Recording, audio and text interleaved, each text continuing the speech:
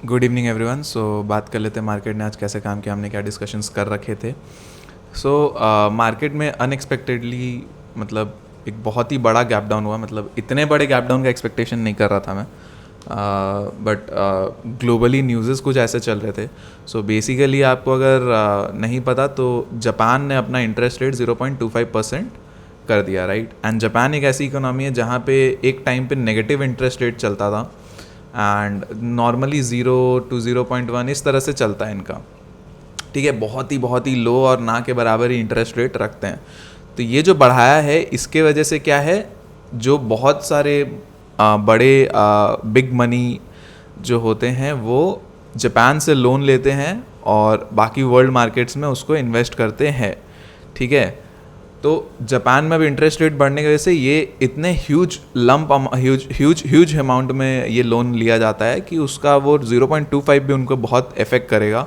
और ये अमाउंट उनको वापस रिटर्न जब इंटरेस्ट रेट देने की बारी आ रही तो उसमें थोड़ा सा दिक्कत आ रहा है। एंड ऐसा इंस्टेंस लास्ट 2007 में हुआ था, वो भी एक इंस्टेंस है।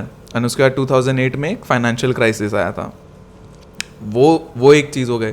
फिर यूएस में रिसेशन के बाद चल रही है, ठीक है। तो यूएस में रिसेशन का प्रॉब्लम एक फेस कर रही है मार्केट की, रिसेशन आने के तदार पे है, इंटरेस्ट रेट्स गिराए नहीं जा रहे हैं। तो बहुत कुछ है ग्लोबली एक जो प्रॉब्लम क्रिएट कर रहा है ऑल ओवर द वर्ल्ड। तो इसी के चक्कर में ये मार्केट्स में फॉल आ रहे हैं। एंड आप वर्ल्ड मार्केट को आप देखोगे तो बहुत गिर गया, अपना इंडियन मार्केट कुछ नहीं गिरा इसके सामने, ट्रस्ट में कुछ भी नहीं गिरा है।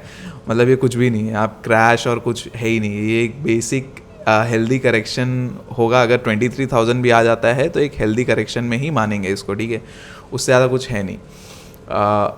क्रैश आप तब देखोगे जब बहुत ज़्यादा कुछ मतलब अगर 20,000 18,000 आ जाए तो वो क्रैश होगा। और वो क्रैश भगवान करे ना हो, बट अगर कुछ प्रॉब्लम आती है बड़ी या कुछ होता है तो एक प्रॉब्लम क्रिएट हो सकता है। इवन आप देखो तो ईरान और ये सब के वॉर का भी कुछ चल रहा है, इजराइल का, तो ये भी एक अलग झंझट है। तो हर तरह से प्रॉब्लम ही है, ठीक है। तो अपने लेवल्स पे बात करेंगे। और आपको अगर याद होगा तो 24,200 आपको याद होगा, बहुत इंपॉर्टेंट लेवल था। लास्ट टाइम में नहीं टूट रहा था, इसके बाद एक बाउंस कर गया था। तो ये जब आज टूटा है एंड यहाँ पे देखो सीधे 300 पॉइंट यहाँ पे फॉल स्ट्रेट, मतलब without a single green candle 300 point straight आया है, राइट। तो एक इंपॉर्टेंट लेवल था और मैंने कहा भी था सेल ऑन राइज में रहो। तो आप देखोगे मार्केट खुली, फिर ऊपर आई, डे हाई को क्रॉस भी नहीं किया, तो यहीं पे आप एसएल लगा के ट्रेड ले सकते थे, ये भी एक अच्छा ट्रेड बनता, ठीक है। पैटर्न पे सेल करना होता है, कहीं पे भी उड़ा, कहीं पे भी सेलिंग। आप सेलिंग एक ऐसी चीज़ है ना, जब ट्रेंडिंग होती है ना मार्केट, सेलिंग एक ऐसी चीज़ है आप कहीं पे भी नहीं कर सकते। आपको पैटर्न देखना होगा, एक जगह पकड़ना होगा। अगर आप यहाँ पे कहीं पे बीच में घुसे होंगे तो भी आपने अगर बना लिया होगा। अगर आप इतने मूव को छोड़ देते हैं और उसके बाद नीचे आते हैं तो थोड़े से में आपका मार्केट सब कुछ ले जाएगा, ठीक है। यहाँ पे प्रीमियम्स नहीं करके भी 24,000 तक, 24,000 के नीचे भी 950 तक भी बढ़े। उसके बाद ये 50 पॉइंट जो आया ना, ये एक्स्ट्रा फॉल था, इसमें प्रीमियम्स उतने नहीं बढ़े हैं। उसके बाद जो बाउंस आया उसमें प्रीमियम्स बहुत टूटे हैं। तो ये गेम चलता है, तो आपको बहुत प्रॉपर एंट्री में बहुत ध्यान देना होगा।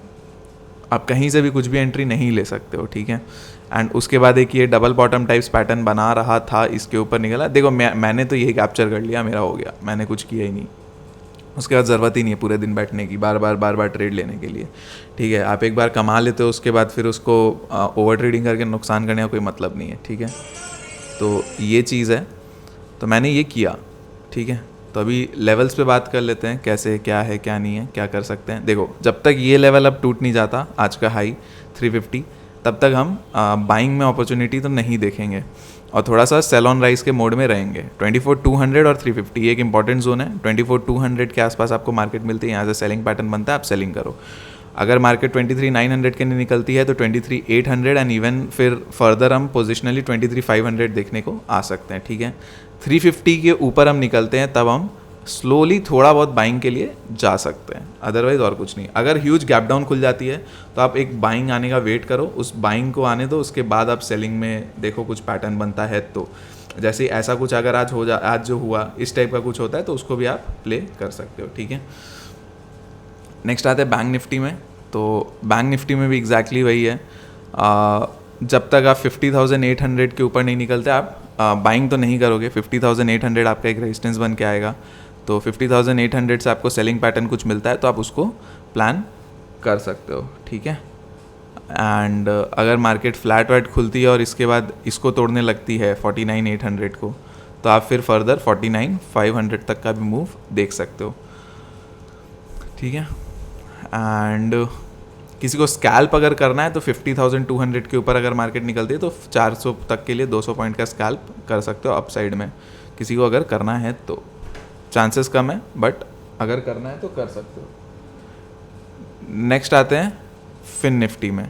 तो फिन निफ्टी में भी एग्जैक्टली यही पैटर्न है, 22,600 अगर टूटा तो 22,500, और अपसाइड में 22,800 850 के आसपास टूटता है तो 900 एंड 50-60 पॉइंट का एक स्कैल्प ले लो।